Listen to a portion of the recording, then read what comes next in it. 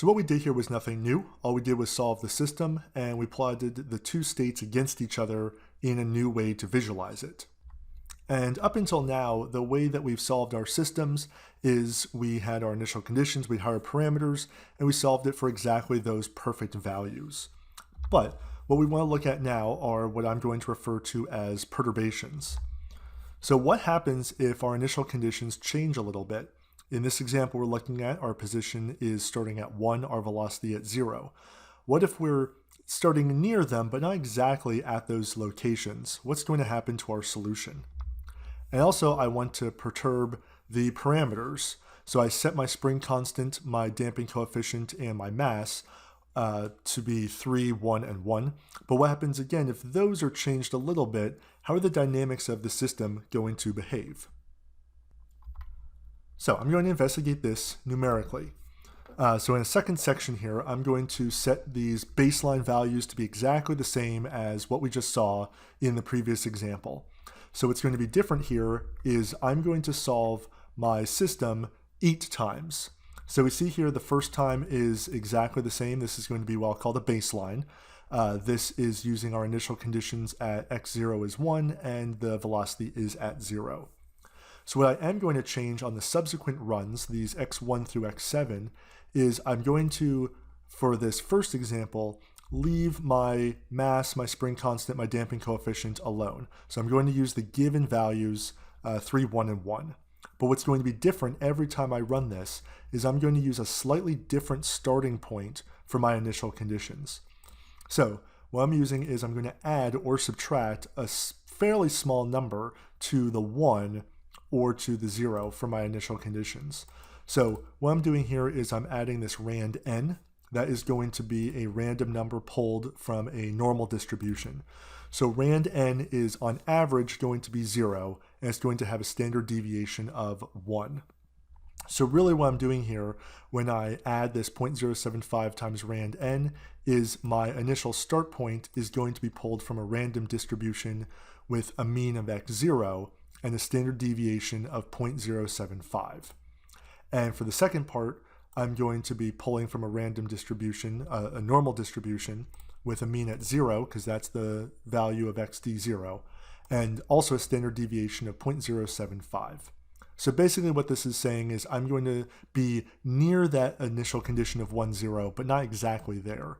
So let's see what happens if I keep running this vector. So first let me define my initial conditions here.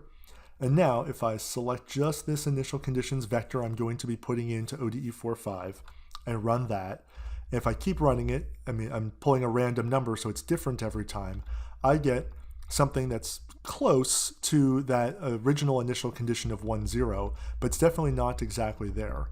And if I keep running it, we see that I'm getting all these different random combinations near 1, 0.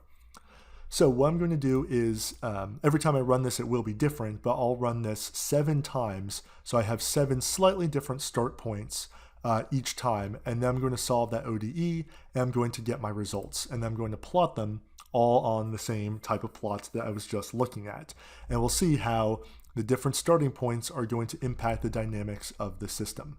All right, so let me solve all 8 of these. So let me solve all 8 of these. I'll run everything up to this point. So I now have my 8 trajectories. There's x, x1 through x7. And notice here they're all on the exact same time scale that I used before. So they're all going to coincide in their time, but their positions and velocities we expect to be at least a little bit different. So I'm going to plot them all at the same time on my time trajectory plot.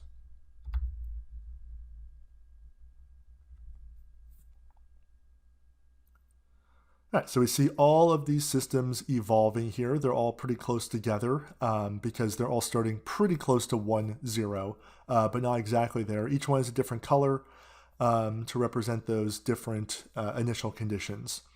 But we see what's happening is even though they start a little bit different in the position is the most apparent here, they all have slightly different start points, and their velocities also start a little bit different. It's tough to see from here. We'll see it when we look better when we look at the phase plane.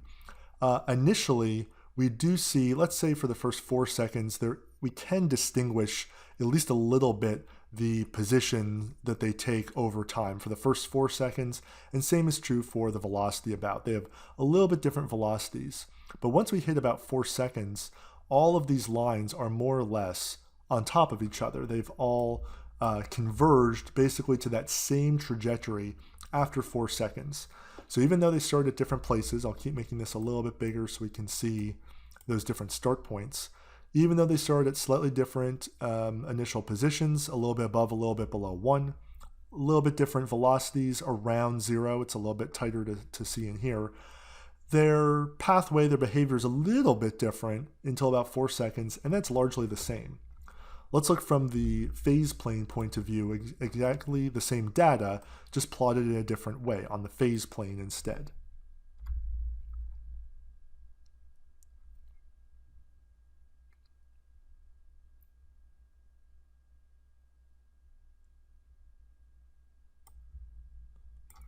All right, so again, I'll make it bigger so we can see these differences. All right, so now again, our x-axis is the position and the y-axis is our velocity. So here we can see a lot more clearly the different initial conditions that we're using. Again, if we're further to the right, that's a little bit higher of a starting position like this blue one, and to the left is a lower initial position like the cyan one. And then if we're below 0, that means we have a slightly negative or upward initial velocity like the green line, the green trace is doing. And then this magenta trace, we have a slightly downward or positive velocity. So initially they're kind of spread out where the system is starting, and we see visually that they are separated. Now we can't see time here explicitly, but what's happening is as time goes on, they're kind of being pulled together as we go, and then the closer we get to this equilibrium point where they all end up, we see that they all get closer and closer together, and they're pretty much on top of each other by the time it starts spiraling in. And more or less, again, I'm only running this for 12 seconds, but more or less they all end with a 0 velocity and the position at 0. So they're all being attracted onto this equilibrium point in this spiral pattern in this, what we call a sink. So the takeaway for the moment is they started at slightly different initial conditions, but they all ended up at the same place. Their behaviors were a little bit different getting there in terms of what's the position at any given time, the velocity at any given time, but those differences start to get drawn together over time until we reach that equilibrium position. So for a side-by-side for the time trajectories versus what we see in the phase plane, again, the exact same data, it tells the same story. They start off a little bit different, but converge to the same trajectory as time goes by. So this is what happens if I slightly changed my initial conditions in my system away from that 1, 0, but I was still relatively close. Let's see in this linear system what happens if I change my parameters a little bit.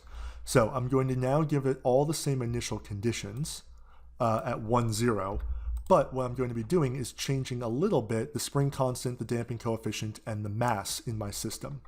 Right? And I'm going to use the same idea that I just used.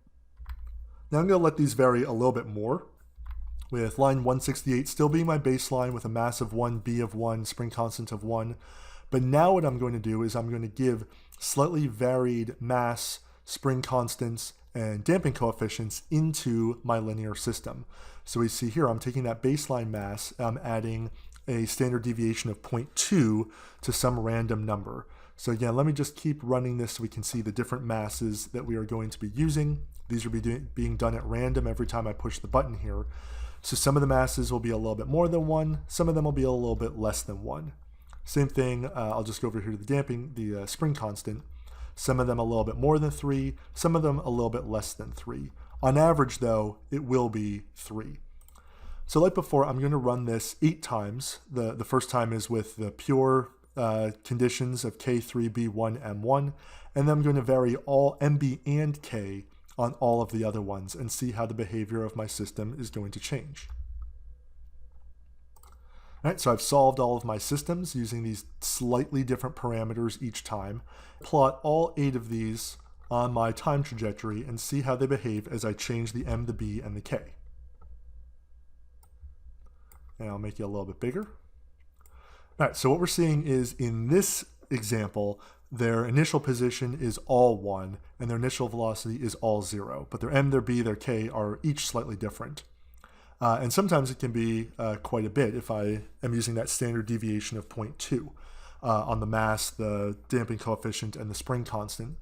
So we see again, we do have like slight differences. It's tough to even see, but the lines are a little bit different as we go to about, again, 4 seconds, 6 seconds, something like that in the position and the velocity. So I'm varying those parameters on each run a little bit, but we really don't see much change in the behavior of the system. The positions are mostly all on top of each other, and the velocities are mostly all on top of each other. Now let's look at the phase plane, how that's going to look when I vary these parameters.